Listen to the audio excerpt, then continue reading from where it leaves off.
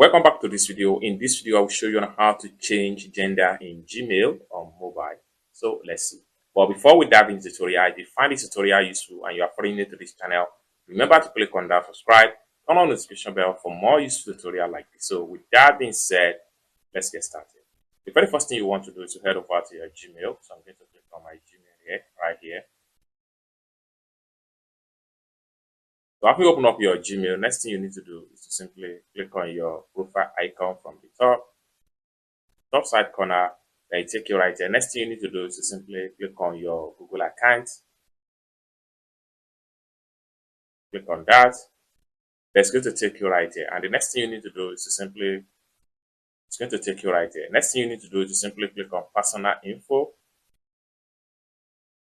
So it's going to take you right there. And the next thing you need to do is to simply scroll down all the way down and make sure you go to gender.